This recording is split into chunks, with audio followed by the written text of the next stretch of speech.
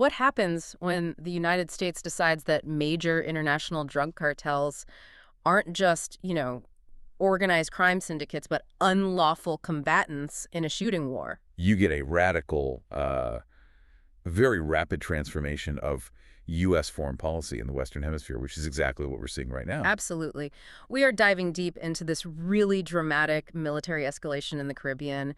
It's dubbed Operation Southern Spear. It kicked off in late August of 2025. Right. And this wasn't just a beefed-up Coast Guard operation. This was a massive deployment directed by President Trump officially to combat drug trafficking, which has been a devastating crisis for years. But the sheer size and sophistication of the assets deployed, it immediately raised questions about the true objectives behind the mission. Well, the source material is remarkably candid about that. It's a dual mission. When you look at the internal briefs, the objective is explicitly listed as both to combat drug trafficking and regime change. Defense Secretary Pete Hegseth, he put a public face on this, framing the operations as a, and I'm quoting here, real-world exercise on behalf of the vital national interests of the United States of America to end the poisoning of the American people. Ending the poisoning.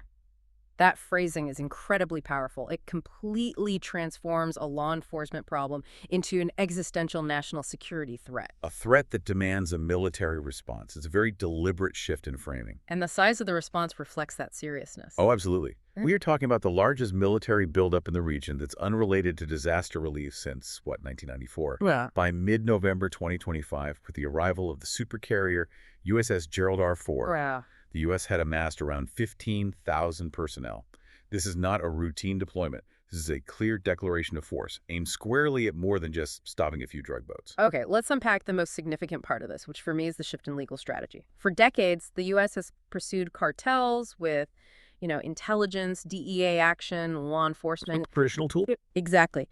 Now, we are using kinetic military strikes. How did the U.S. government even establish the legal foundation to classify these drug cartels as terrorists and military targets, not just criminals? Well, the legal architecture had to shift first, Yeah. and it had to shift dramatically.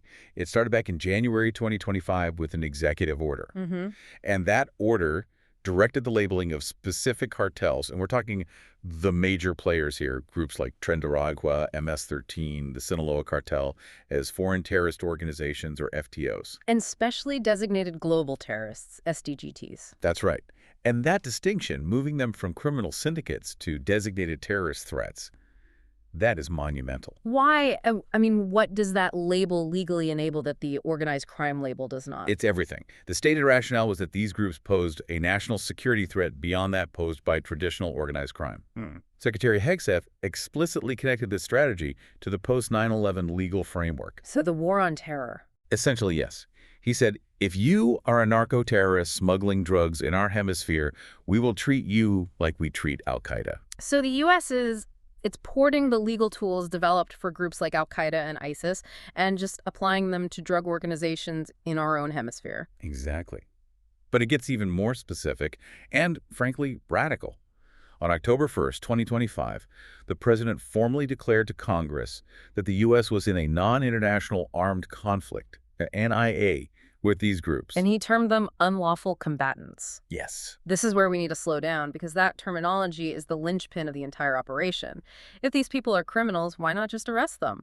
What does that unlawful combatant designation do? It strips away their status as privileged combatants under the laws of war, and, crucially, it strips away the presumption of law enforcement. Meaning? Meaning, if they were treated as just criminals, the military could only fire in immediate self-defense. But classifying them as unlawful combatants means the U.S. views these cartels as non-state armed groups engaged in a declared conflict. And the most, I would say, chilling and profound implication of this is that legally, the U.S. now asserts that a country can lawfully kill enemy fighters even when they pose no threat. That is a staggering implication. So military units don't have to wait for a cartel member to, say, raise a weapon or present an imminent threat. Correct. Their status as a member of that designated organization is enough. That's sufficient grounds for lethal force. Precisely. It gives the military this vast operational latitude that law enforcement just does not have, and the military immediately backed this declaration up with undeniable force. Let's get into the statistics of that immediate action. We're moving beyond rhetoric and into active combat. That's right. The very first recorded kinetic strike was on September 2nd. They sank a vessel coming from Venezuela, killed 11 alleged narco-terrorists. And since then? The pace has been relentless. As of mid-November 2025, our sources confirm at least 21 reported attacks, and those have resulted in a minimum of 83 fatalities. This is a consistent, sustained, kinetic campaign. And the asset deployment, that speaks to the long-term intent, too. We're not just talking about naval patrols here. Oh, far from it. We saw the rapid deployment of advanced F-35 fighter jets and MQ-9 Reaper drones to Puerto Rico. Right, expanding their reach. Expanding their intelligence and strike capabilities far to the south. And to send an absolutely unmistakable strategic signal, the U.S. Air Force conducted attack demonstration missions near Venezuela using B-52s and B-1B bombers. Heavy strategic bomber. Yes. When you bring in that level of firepower, you are not just policing, you are signaling a readiness for major conflict. So the hardware is speaking volumes about the scale of ambition here. Let's shift to that second major objective, regime change. Because while anti-drug action is the cover, the deployment of guided missile destroyers, Tomahawk missiles, and then the arrival of the supercarrier USS Gerald R. Ford, that signals political pressure. It is textbook intimidation. Experts have uniformly called this classic gunboat diplomacy. And the Ford Strike Group, with its 5,000 sailors and over 75 aircraft, that is a massive presence that simply cannot be ignored. Exactly.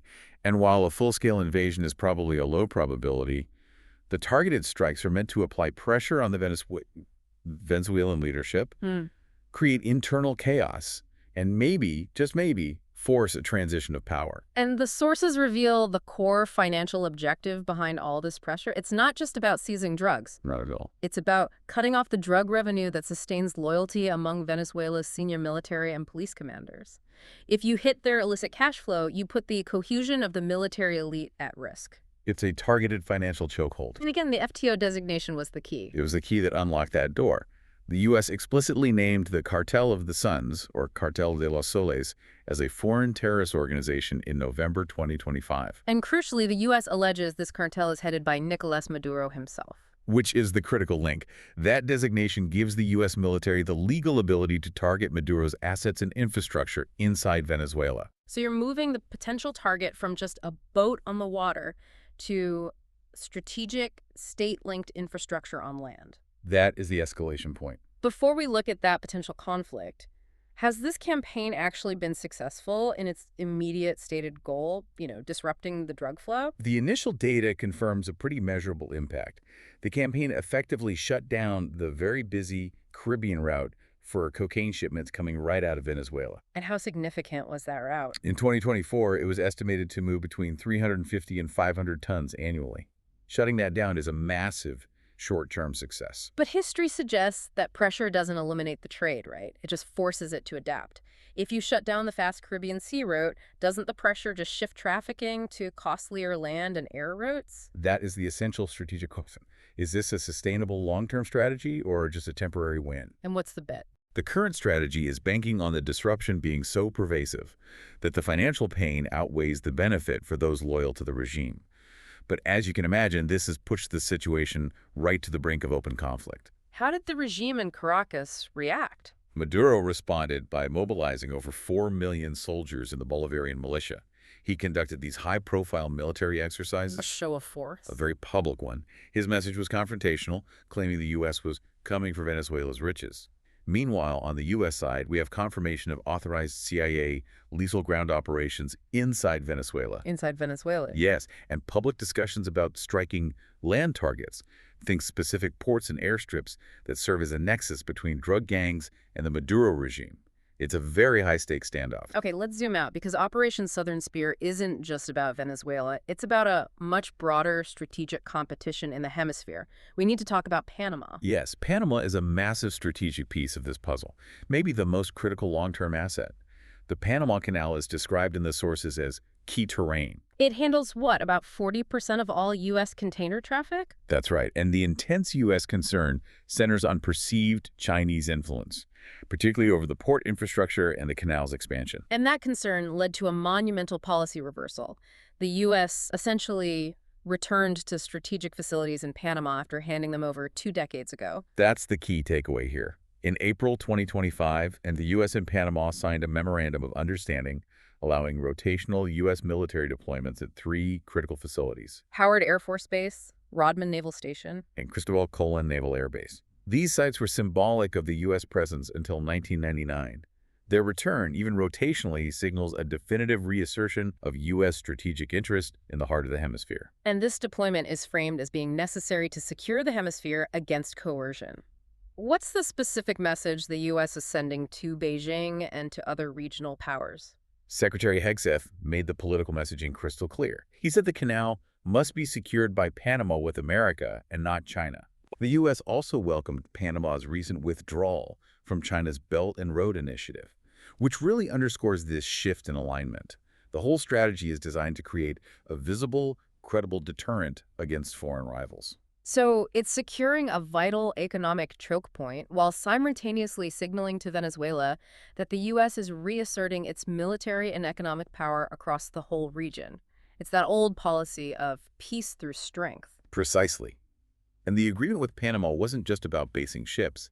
It included the revival of joint jungle training for U.S. ground forces for the first time in decades. The course they used to call the Green Hell. That's the one, a notoriously difficult course. This military engagement is critical. It boosts the security capacity of our partners, and it sends another visible signal to Venezuela that the U.S. military is operational, trained, and ready to act across any terrain in this hemisphere. So what does this all mean when we put the pieces together?